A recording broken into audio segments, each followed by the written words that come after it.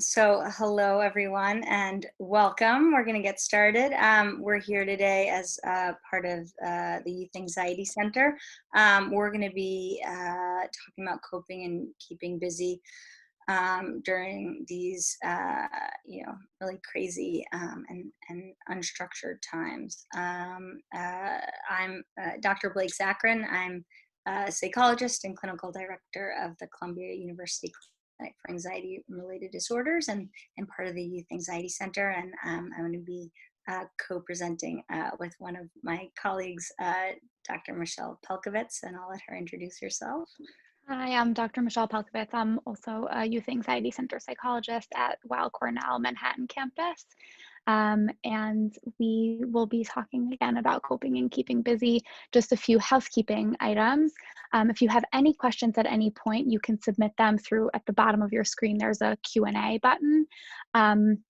If you use the raise hand function, we won't be able to see you, unfortunately. So really exclusively use that Q&A button. And at the end of the webinar, after it's over, you'll be receiving 3 questions through a questionnaire that we just want to get a sense of how you enjoyed the webinar. So please fill that out. It should take you only a few seconds. So thank you very much for joining us. All right, so these are some of the questions that you had and you sent in. How can I even keep a regular schedule during these times? What are some creative ways to fill our times? We all have to sort of get creative these days. Screens are usually a go-to, but what are some other ways to kind of keep busy and stay off the screens? And some of you and all of us are sort of thinking about, okay, if this is going to continue as we go into summer, what are some ways that we can fill our time? So some of the things we'll be talking about. So we're sort of all in a new situation here.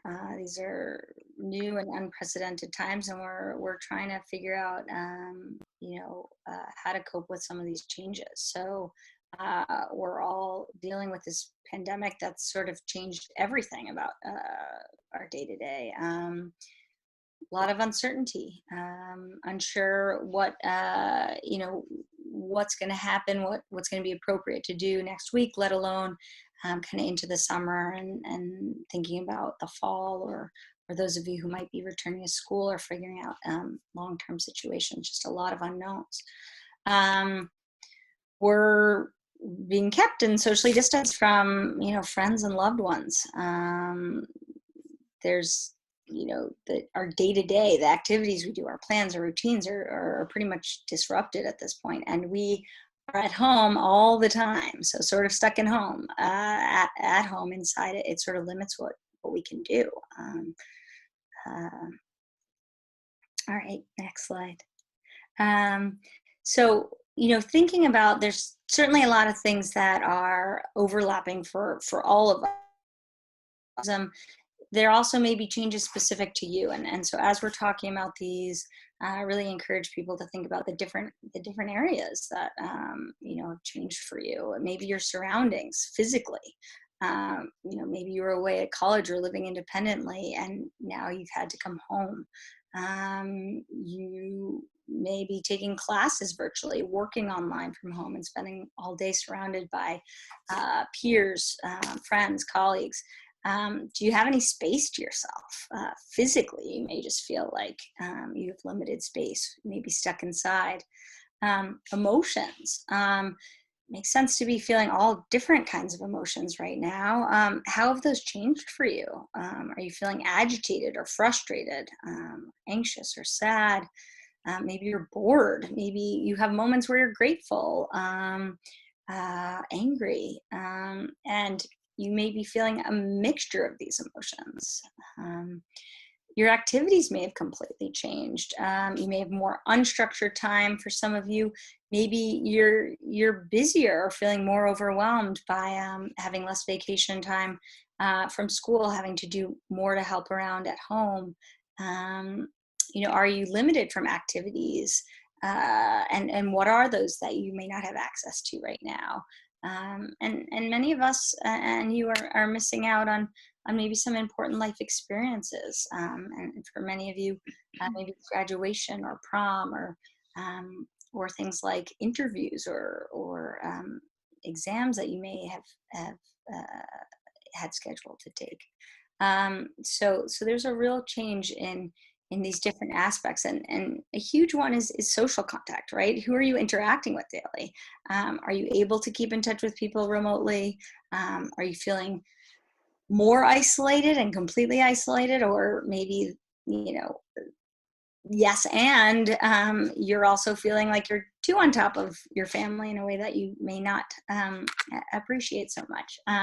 So lots of different things going on, and with that, we're feeling overwhelmed, and that makes a lot of sense. And we're having these big emotions, and that's okay. It's just a question of, what do we do? How do we approach this? And a lot of times when we're talking about feeling overwhelmed or, anxiety or depression, these big emotions, they feel like, they can just be a wave that overcomes us. And it's hard to know how to approach that, what to do about it. And so a lot of time when I'm working with folks, what we do is we break things down into these different factors that impact how we feel and how we cope about it, cope in a situation, that gives us some more specific things that we can do, and strategies we can learn to cope. So we know that our thoughts, so how we think about a situation, impacts how we feel, or our emotions. And these can be physical feelings, like feeling physically stressed, your heart rate increasing, having trouble breathing when you're feeling anxious or distressed, but also the emotions we experience. So, sadness, happiness, anxiety, fear, those feelings impact what we do. And then in turn, what we do can impact our thoughts, and vice versa. So an example of this, in with everything going on today, some common thoughts that people might be experiencing as part of this. You know, I can't do any of the things I want to be doing right now. I can't see my friend, and, I'm used to going to the gym or playing basketball or taking a walk, and I can't access any of those things. I don't know when it's going to end. There's no timeline for this. Understandably, those thoughts impact your feelings. You may feel more anxious, more discouraged, or down. And with those feelings, and response to feeling those, you may act a certain way. So if you're feeling down, or discouraged, maybe you shut down, or you spend more time in bed, or you're feeling stuck. You don't really do anything, which, then in turn impacts those thoughts that you can't do anything. And so, we might get stuck in an unhelpful cycle. And so, the reason we break it down into these parts is to figure out what we can do about it. And it's actually helpful to know these different factors, because we can learn coping strategies that helps break an unhelpful cycle. So with our thoughts, we can learn strategies for challenging unwanted thoughts. If we're thinking, only seeing the negative, or thinking worst case, how do we sort of reel that in and have a more balanced, realistic thought? Some of our colleagues are going to be addressing that specifically on our future Tuesday webinar on managing thoughts. When it comes to feelings or emotions, there's some really helpful coping strategies like mindfulness and relaxation tools. Some of our colleagues addressed that last week in the webinar. We'll talk about it a little bit today. And then today we're really going to focus on, what can you do? So, with so much uncertainty and feeling like there's so much we can't control at these times, there are some things that we can do that impact how we feel, how we cope with these strong emotions, and some of, the craziness that's going on. So that's going to be our focus for most of today. So what can we do to cope and keep busy? We're going to really highlight these three different areas. So the first is building your reserves. So what can you do to kind of strengthen your body, your mind, so that you are you're kind of in a good place where you can take good care of yourself, and then engage in some of these activities. help you identify some helpful activities that you can actually do while things are limited, and then how to build a routine. Um, so first, in terms of building your reserves, diet, essentially what this is saying is make sure you're at least having a well-balanced diet, regular meals as you were sort of maybe more typically before. With everything going on, our routines are messed up. You may be used to eating lunch because it's after your math class, or it's what you do at a certain time of day when you see other people. You may be used to kind of picking up food, or getting in a cafeteria. So when those things are gone, we may be forgetting to eat regularly. We may have to prepare food for ourselves. It's really important to fuel our bodies with food throughout the day. Exercise, we know that that's always important, but we may not realize how much we actually got that a bit more before we were sort of sitting inside. So, whether it was walking, to the subway, or, walking to get lunch, or taking the stairs, or whatever it is. Now the most exercise we may be getting is, getting up and walking to get a snack, or something within your house. And so, we're feeling more confined and physically stiff, that, we need that outlet for some of that physical stress. And so trying to incorporate exercise into your day, even if it's just doing like an online class, or scheduling a walk, or the stairs in your building, or whatever it is, trying to do that is really important. Also relaxing and recharging, and downtime doesn't necessarily mean that you are actively doing something that will help your body and mind sort of relax and recharge. There's certain activities that can help with this. And so things like deep breathing, muscle relaxation, mindfulness. There's some great apps out there that will kind of walk you through it. If you have no idea what mindfulness, or have never tried it before, you can start by doing it for 5 minutes. Someone will tell you exactly what it is and what to do. Headspace and Calm apps are some of those. And really knowing for you what works, and trying some different things out. So maybe it's yoga, a bath, music, reading. You may have to try on some different things you may already know. But trying to actively incorporate these things into your day are important right now. Another thing that's really important for building your reserves is sleep. And so even before the pandemic, in my work with youth with stress, anxiety, depression, a lot of the time we're working on sleep. And the reason is we know sleep is really important. You may have heard people say that all the time, but we actually know that it can impact your physical health. If you're not getting enough sleep, or good quality sleep, it can actually decrease your immune system. And this is a time where we all are certainly wanting to boost our immune system. And sleep is really important for helping your brain charge enough so that you're able to cope with stress, depression, or anxiety. I'm sure we can all relate to not having got enough sleep. You may feel a little more wound up. You may be a little more snappy or irritable. So we're just not as equipped to cope with our emotions if you're not getting enough sleep. Now, what makes that even more challenging is right now, there's some factors that may disrupt sleep. In order, typically, one of the things that's really important for getting good quality sleep is setting your internal clock. And usually our clock is sort of set naturally by the things that we do in the day. We get up, we shower, we put on our clothes. That's all telling our brain, oh, this is time to start our day. This is the morning part of our day, the light, we see the light. We have meals at certain times. At night we come home, it gets dark, we go to sleep, right? So that all helps to set our clock. We don't have a lot of those cues these days, those natural cues or anchors that set our clock.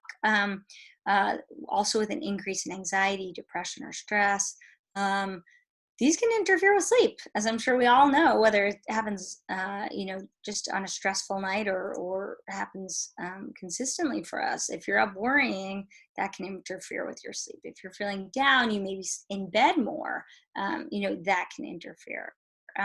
We're not as active. One of the things, in addition to the clock, that we need for good sleep is throughout the day, we usually fill our balloon of sleep need. So you wake up in the morning and you sort of have an empty balloon. And our goal throughout the day is to fill our balloon with, as we do different activities, our sleep need, our need for sleep and our sleep drive increases, which is great. Because when you go to bed, you have a full balloon, a sleep drive. It's going to propel you into a nice deep sleep. If we're not as active during the day, that balloon's not being filled up and we may have lower quality sleep. Increased sleep time, screen time, I'm sure we've all heard. Some of the light from the screens can impact ability to go to sleep. We're on our screens more. When we're more stressed out, it can make us feel more tired or fatigued or lethargic. And that, even if we're getting good sleep, can just make us feel tired. And that can make us want to lay down more, think we need more sleep. And that can also be tricky. The good news is there's actually a lot of things within our control that we can do to help our sleep.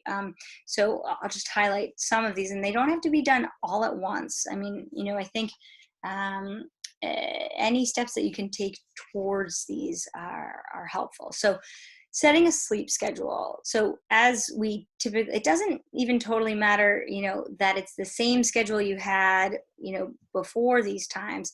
It's just setting some consistency to help set your clock. So setting a wake up time, maybe setting that alarm, getting up and out. And even if you don't have to leave the house, getting dressed, setting some cues to your brain that it's daytime, opening the shades, before bed, some wind down time, cueing your brain. Okay, this is the time I'm starting to get ready for bed. Maybe putting on your pajamas, brushing your teeth might be a good time for relaxation, and having a consistent bedtime. And again, other activities throughout the day that are on a schedule, whether it's exercise or meals, can also help set that clock. Resisting the urge to get extra sleep. So that's sort of counterintuitive, right? So we have all this downtime, maybe, or at least we have access to our beds, maybe less strict start time. We may be inclined to sleep a little bit more, catch up on sleep.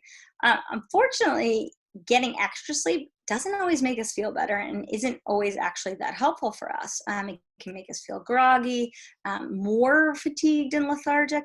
So we really want to try to avoid long naps or sleeping in, especially napping closer to time you're going to go to sleep, and trying not to sleep in the mornings, which I know can be hard when we have our beds right there and they look so appealing, but important to keep in mind.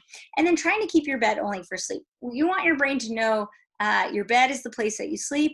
It's not the place you're working or watching TV or worrying or those kind of things. And I know that can get tricky, especially now for in our beds and in our rooms, may not have a lot of space to go. But even if you can sort of not get under the covers or turn the other way on your bed to do some of the activities, that's helpful. And if you're having trouble falling asleep when you're in bed, get up, get out, do something else, so that you're just not using your bed as the place where you worry or frustrated about not sleeping. Just a few more tips. Trying to increase that light during the day. If you can't get outside, open the shades, can make a huge difference.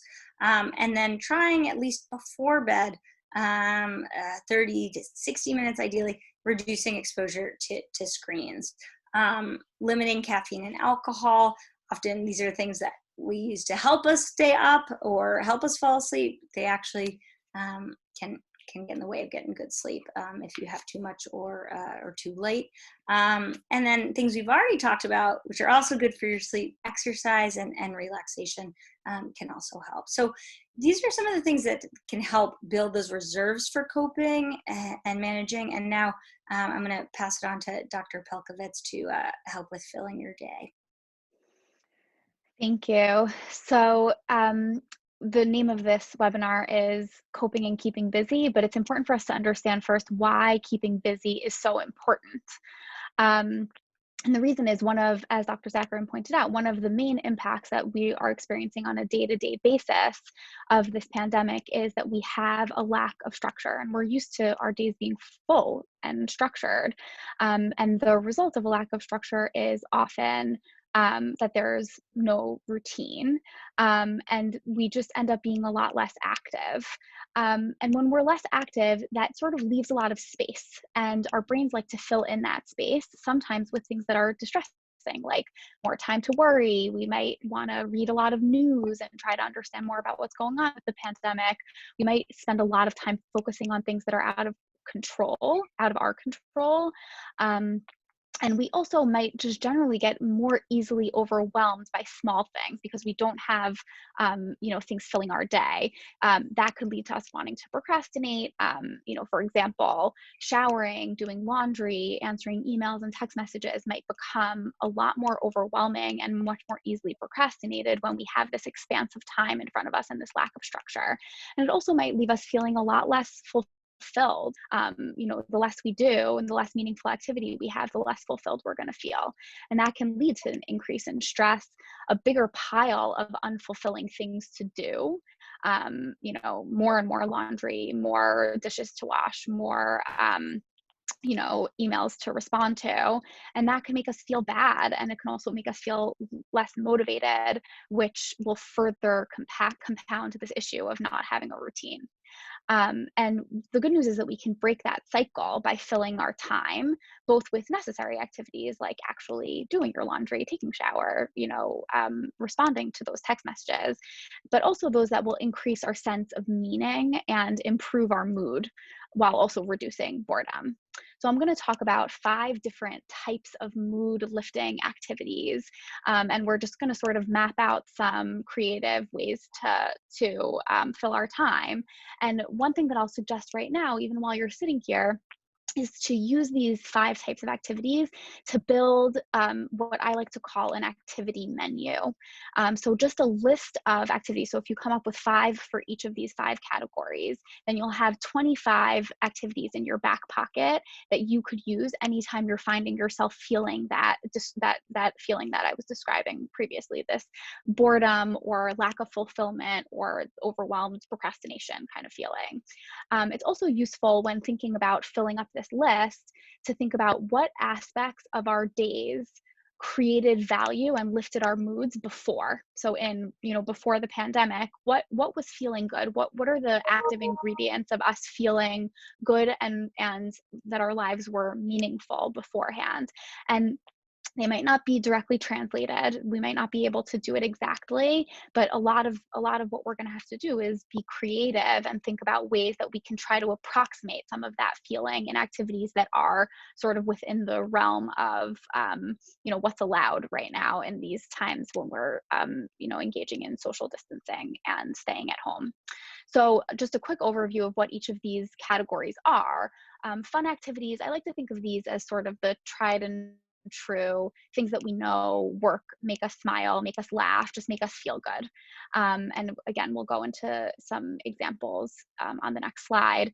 Achievement activities are productive. They're things that are getting something done. And sometimes these are, doing schoolwork or getting work done. It's responding to emails. It's doing your laundry. It's the things that I was talking about before. But sometimes it can also be more mastery oriented. It could be about taking a task and gaining mastery over it. It could be a hobby, a skill that you already have that you want to perfect. Social activities, these are the ones that I think we all are aware are presenting the biggest challenge for us right now at a time when we can't be interacting directly with people who aren't in our homes. And it also, you can have social activities with people in your homes too, as much as they might be driving you crazy. So we'll talk about that.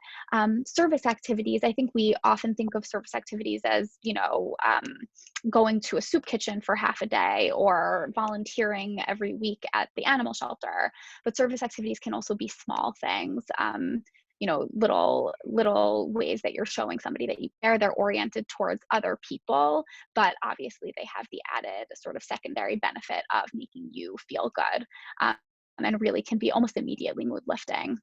And finally, physical activities, and that is very much linked into what Dr. Zakarin had been talking about. So here are some suggestions of how you might be able to get creative. And these are just a few suggestions. They might not be perfect for you. One thing that I will sort of emphasize is we have to be creative because there are so many limitations on what we can do. We're going to have to do things differently than we did them before.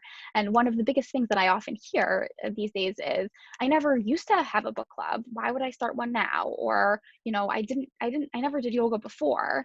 And just because these are things that you weren't doing before doesn't necessarily mean they aren't things that we should not try now, because these are really unprecedented times, and our activities are limited in such a way that we really do need to be thinking about how can we sort of fill this time and create meaning, even though we're not in our usual circumstance. They might not replace the activities that we were doing before. They might not even feel as good as what we were doing before. But as I mentioned, we do need to be filling our time and really focusing on finding meaning and enjoyment.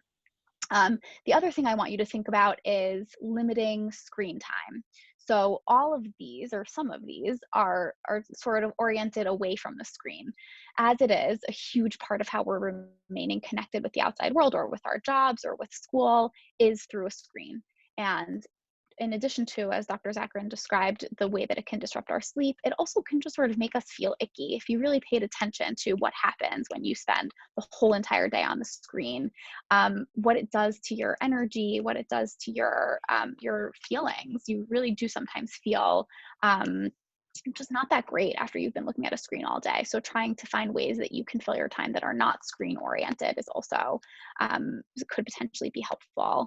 And finally, trying to diversify. So all of these, thinking about these 5 different categories allows us to try to find ways that we can fill our time that are all sort of spread across different types of activities, rather than really focusing, saying, okay, I am going to be all about Netflix party. That's all I'm going to do. I'm going to only FaceTime with my friends. This is how I'm going to fill my time. So trying to sort of spice things up. So I'll just run through these, some ways so like I said before, fun activities I think of as being the tried and true, the things that work. So it could be very nostalgic, rereading or rewatching series that you like, coloring books or things like that, where you just sort of know, I'm going to feel good after I'm done with this. This is just sort of almost like a comfort activity. And you'll notice as we run through these that almost everything has overlapping in multiple categories. So a lot of activities that are fun might also be activities that you're going to be doing with other people. Achievement oriented. You might want to pick up a new hobby. I learned how to crochet since the pandemic started, and just the frustration of trying to learn a new skill can be, like I said, frustrating, but also can be very rewarding, and can then become, again, a way to sort of fill your time. So it's simultaneously meaningful and mood boosting. You might want to challenge your friends to see who can learn how to do something the quickest, have a show and tell or some kind of competition with them. You might want to learn or, spruce up your language skills, and then maybe plan a fantasy, not just fantasy because we can't travel right now, but also fantasy because it could be, a wildly extravagant vacation to a country where they speak that language. For social activities, there's browser extensions and apps like Netflix Party and House Party, where you can watch movies and TV with friends or play games with friends. And this is actually something that I think about a lot when I'm thinking about socializing virtually. Anything that you can do to deepen the connection with the people that you're socializing with is helpful. So any way that you can sort of add depth or add a dimension to what you're doing. So really a shared experience can make a huge difference in making the interaction feel more fulfilling. So scheduling a virtual book club or something else, so, a TV series, a podcast, an article, something that you guys all want to talk about, just sort of all oriented towards that shared experience. Service, like I said, doesn't have to be going to an animal shelter or a soup kitchen. It could be just helping out around the house without being asked. It could be, folding someone else's laundry that's in the dryer, even though it's not yours, reaching out to somebody who might be struggling, just spontaneously texting someone a compliment, or more traditionally using social media to highlight a nonprofit. And then finally, physical, Dr. Zakarin sort of covered this, but this also could become social. So choosing an exercise video that you do at the same time as a friend, taking a walk and making a phone call at the same time. And at the very least, doing some kind of physical activity every couple of hours, including, I've been very surprised by how far stretching will take me in terms of just making me feel a little bit invigorated during the day. So here's a sample routine. This one is a routine for someone who's working or at school. We'll talk a little bit about what happens if you're not working or at school. And this is where the activity menu that I talked about is going to come in handy, because what we suggest is sort of creating a skeleton of a schedule that is based around your wake time and your sleep time and your meal times. So first start with, what time do I need to or want to wake up? What time do I need to go to sleep? And what time am I going to eat my meals every single day? And then using that as sort of the anchors in your schedule. Setting a recurring alarm can be really helpful. As Dr. Zakarin said, having consistent sleep and wake times is really important for your sleep hygiene. So knowing that you're going to be waking up even on the weekends at the same time is really useful. This is something so many people are surprised when I suggest this. You have to shower and get dressed every day. Everyone, when you're not actually on a screen, or even if you're on a screen but you're in a sort of a more casual setting, it seems so silly to make sure that you look presentable. And it's not so much about looking presentable as it is about trying to make a distinction with, every fiber of your being between when you were sleeping and when you're awake and kind of going about your day. So, and it could be, if this is what you have to do, it could be changing from your sleep pajamas into your daytime pajamas, but at the very least, making that choice to kind of show that you're marking the transition from nighttime to daytime. Consistent meal times, as I mentioned. For people who aren't working or in school, this is a good time for the activity menu.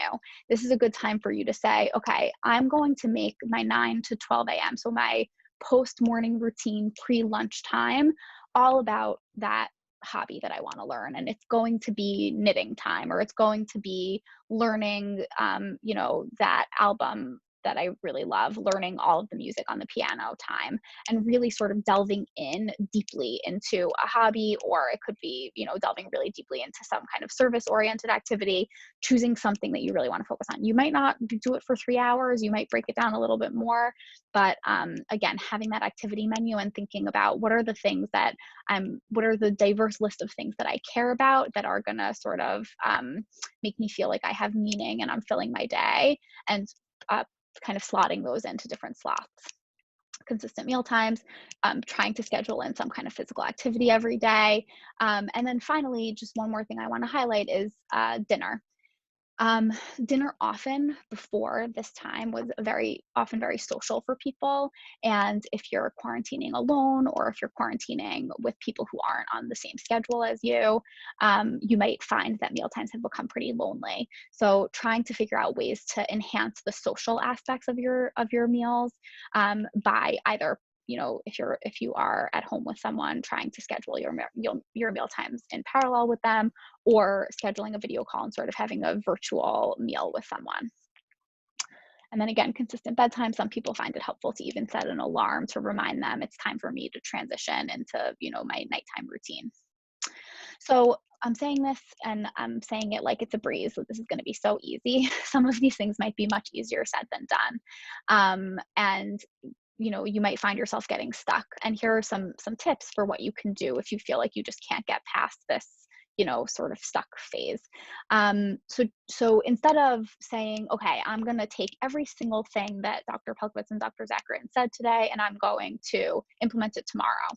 Rather than doing that, choosing one specific positive action that you can take each day and saying, okay, I am going to focus on relearning that song on the guitar that I really like. Notice when you know it's time for you to pick up the guitar, notice when you feel resistance and ask yourself why. Why is this hard for me? Is it because I feel anxious about it? There's something about playing the guitar that has historically made me feel anxious. I'm feeling depressed, so I'm having that experience that we talked about before of just feeling like sort of blah and not motivated, and your mood is low and your energy is low. And then asking yourself, will doing this make me feel better? And once I've done it, will I feel better or worse than when I started? And honestly, regardless of what the answer is, try to do it anyway. Even if you're not sure if it's really going to make you feel better, decide I'm going to do it anyway, and sort of follow the fake it till you make it model. Because what you will often find is that just doing it is something that's automatically going to lift your mood and make you feel less anxious. And then pay attention, treat it like an experiment. Did that actually work? Did it make me feel better? And really ask yourself and reflect on what the experience was, and use that information that you learned to sort of decide whether or not you're going to continue with that activity, you're going to try a different activity, and how you're going to approach your day the next day. And finally, let's just talk about ways that you guys are gonna try this at home. How are you going to take everything that we talked about home? And here, this is sort of a list of options. Again, I don't want everyone to try to go home and do all of these things all at once. It's a lot if you've been living a pretty unstructured or a life without a lot of routine lately. So try to take this in baby steps. But we want you to try to establish a routine and see if you can adhere to it for at least one day. Try to start, rather than scheduling a full routine, try to start with scheduling in meals or at least one activity that's good for your body. So going for a walk or relaxation time, trying to maintain a regular sleep wake schedule and resist spending extra time in bed, and trying to identify a new activity that you'd like to add to your routine from that activity menu that we talked about. So now we're ready for a question and answer session. So we have some questions that we had people ask before, and we're just going to go through a couple of questions, and then we'll take your questions from the Q&A. And I'm looking to see, it looks like no one has asked any questions yet. So if you want to submit any questions, now is the time. Okay, so the first question that we're going to talk about is, how can I use the internet as a learning tool for personal interests? Which is an excellent question. It's always an excellent question, but it's a particularly excellent question right now because the internet's always been a good resource, but a lot of companies have really stepped up in a big way since everyone's been stuck at home. There's been a lot more resources that used to cost money that are now free. So I'm just going to talk about a few things now, and then we have a slide later on that I encourage you guys to screenshot or take a picture of that just has a list of different free options for apps and websites that might be helpful. So the first thing that I would suggest is YouTube. Sort of browsing YouTube, looking for what it is that you're interested in. If you're interested in learning a new skill, just type it into YouTube. You might be able to find a particular channel that you really like, and that can help you.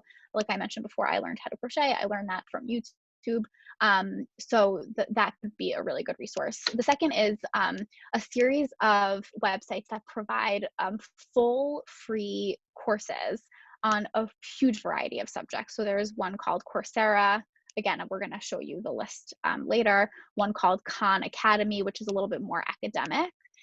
So if there's something that you want to brush up on, like if you're, planning to take the GRE, let's say, and you need to brush up on your math, Khan Academy could be a good option, and edX. And then also I want you guys to think about the resources that could potentially enhance your socializing. So we mentioned, Netflix Party and House Party. Meetup.com is also a resource. Jackbox is a resource that has kind of social games, and just general enrichment, anything that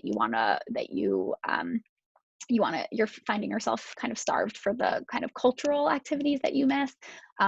Most library websites have a lot of information about cultural activities that you can engage in, including free museum tours, free zoo tours, plays, concerts, things like that.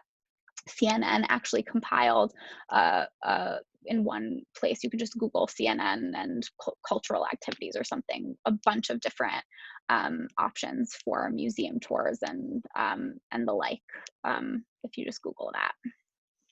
And then Dr. Zachrin's going to take this question. Here, another question that we received: how do I deal with burnout or feeling overwhelmed? I think we talked a little bit about some of this in terms of, first of all, feeling overwhelmed. You know, it makes sense, right? And I think the first piece is it's not that we're suggesting do all these things so you don't feel overwhelmed. It makes sense to feel overwhelmed, and so sort of acknowledging that piece, I think, is important. And then the question is, are there things that you can do? What can you do to limit the impact of the situation on how you're feeling? And so I think we talked about, and then there's the burnout piece, which is sort of an extreme, the extreme example of the feeling overwhelmed, the physical, mental exhaustion, just feeling completely spent. I think some of what we talked about with building your reserves, I think those are helpful things to at least try to think about when you're feeling burnt out. How can you take care of yourself, right? From a sleep, eating, some time for relaxation perspective. Um, uh, the other thing is, some of what we talked about, we talked to people who, a lot of us don't know what to do with all this time or the lack of structure. I think there may be people who sort of have so much to do now, and maybe it's a lot of work and things around the house, and may feel like a list of all these things that you maybe need to be doing but don't want to be doing, without the outlet of the fun piece, or even that walk that you used to have in between the work, or vacation that might have been cut because of all this. So I think it's important, not that you have to go do all these activities if you're already feeling burnt out and don't have time. How can you find some space to make sure you're at least having your basic needs met, and sort of building those reserves and finding ways to schedule in moments of meaningful activities or things that balance out the mounting amount that you have to do. Similarly, even if you don't have a lot to do, we don't want to burn you out by having you think you have to be doing all of these all the time, right? I mean, it may be that people around you or your family may be saying, you got to do more, you got to schedule, do this. Well, Dr. Zachar and Dr. Pelkovitz said you have to keep busy every minute of every day. Also want to balance that out. We don't want to go too extreme, right? It's not helpful to be doing nothing and having no meaning or activity or taking care of yourself. It's also the extreme event, the other extreme of feeling like each second needs to be scheduled, and you need to stick to the exact activity. That doesn't help with burnout, right? That can lead to feeling more burnt out. And so I think there's a balance, right? Getting some basic, not always easy, but basic needs, and sleeping, eating, exercise, and then filling in with some of these activities, not all 5 areas, but some. I think it is important. Also, if it's school or work that's leading to burnout, is there someone that you can talk to who may not know the extent of the work that you have, or certain aspects of your situation? Would it be helpful to check in with whether it's a teacher or someone in your support system or someone you work for, to kind of say, like, you may not realize, but I have all these factors that have increased, as a result of the situation. So I think those are a couple things to think about. So what we have here, as I mentioned before, is this list of resources and apps. This is just a collection that we found. The internet is amazing. I would highly recommend. I actually saw a lot of local library websites have a fair amount of resources available, as well as I mentioned before, the CNN website. And really, just there are tons of really amazing resources out there that don't cost any money. So I would highly recommend checking those out. And while you're taking a screenshot or a picture of this, we have a question here that I actually We might have to defer the answer, but I'll ask it. So someone asked, could you please recommend some good books on coping with stress and anxiety and structure life and time management? So off the top of my head, I don't know, Dr. Zakarin, if you have any books that you tend to recommend on coping with stress and anxiety. The alternative option would be the cool thing about this webinar platform is we can easily email everyone the options, the recommendations that we have if we don't have anything off the top of our head. But Dr. Zakarin, do you have anything that you usually recommend?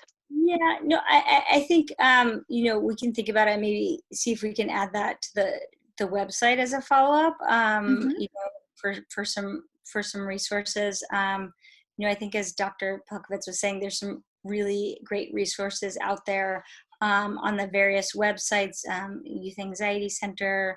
I know Columbia Psychiatry has some great resources. There's a lot out there on ways to cope and manage stress during this time that have been updated, and then general stress and anxiety management books. We can certainly try to update that on the website as well, if possible. Question. Yeah, and it is a great question. I just want to plug obviously the future webinars, but in addition to the schedule for the webinars and potentially more resources, the website also has I hope that you all know previous versions of or previous webinars in the series. So anything that you feel like you wanted to know more about that we mentioned were in earlier webinars, or potentially, if you're interested in future webinars but you can't make it or something like that, those are all up on the website, as are the ones for your parents. And just please remember to complete our 3-question survey after the webinar. Any more questions? This is the last call for questions. Okay. In the meantime, I'm actually going to just take us to the final slide, which is crisis resources, just in case, we're talking about a lot of, ways that this very overwhelming and scary time can impact us emotionally. And sometimes it can reach a point where, using these strategies isn't enough. And if you're ever feeling unsafe, or you feel like you're in crisis and you need support right now, here are some resources that you can use, and they're all available at 24 hours. So please also take a screenshot or a picture of this page for future use if you need it. And thank you all very much. I'm glad that you guys were able to join. I hope that you found it helpful. And again, don't forget that you can watch this again at any point on the website or any previous webinars on the website. Thank you. Thank you.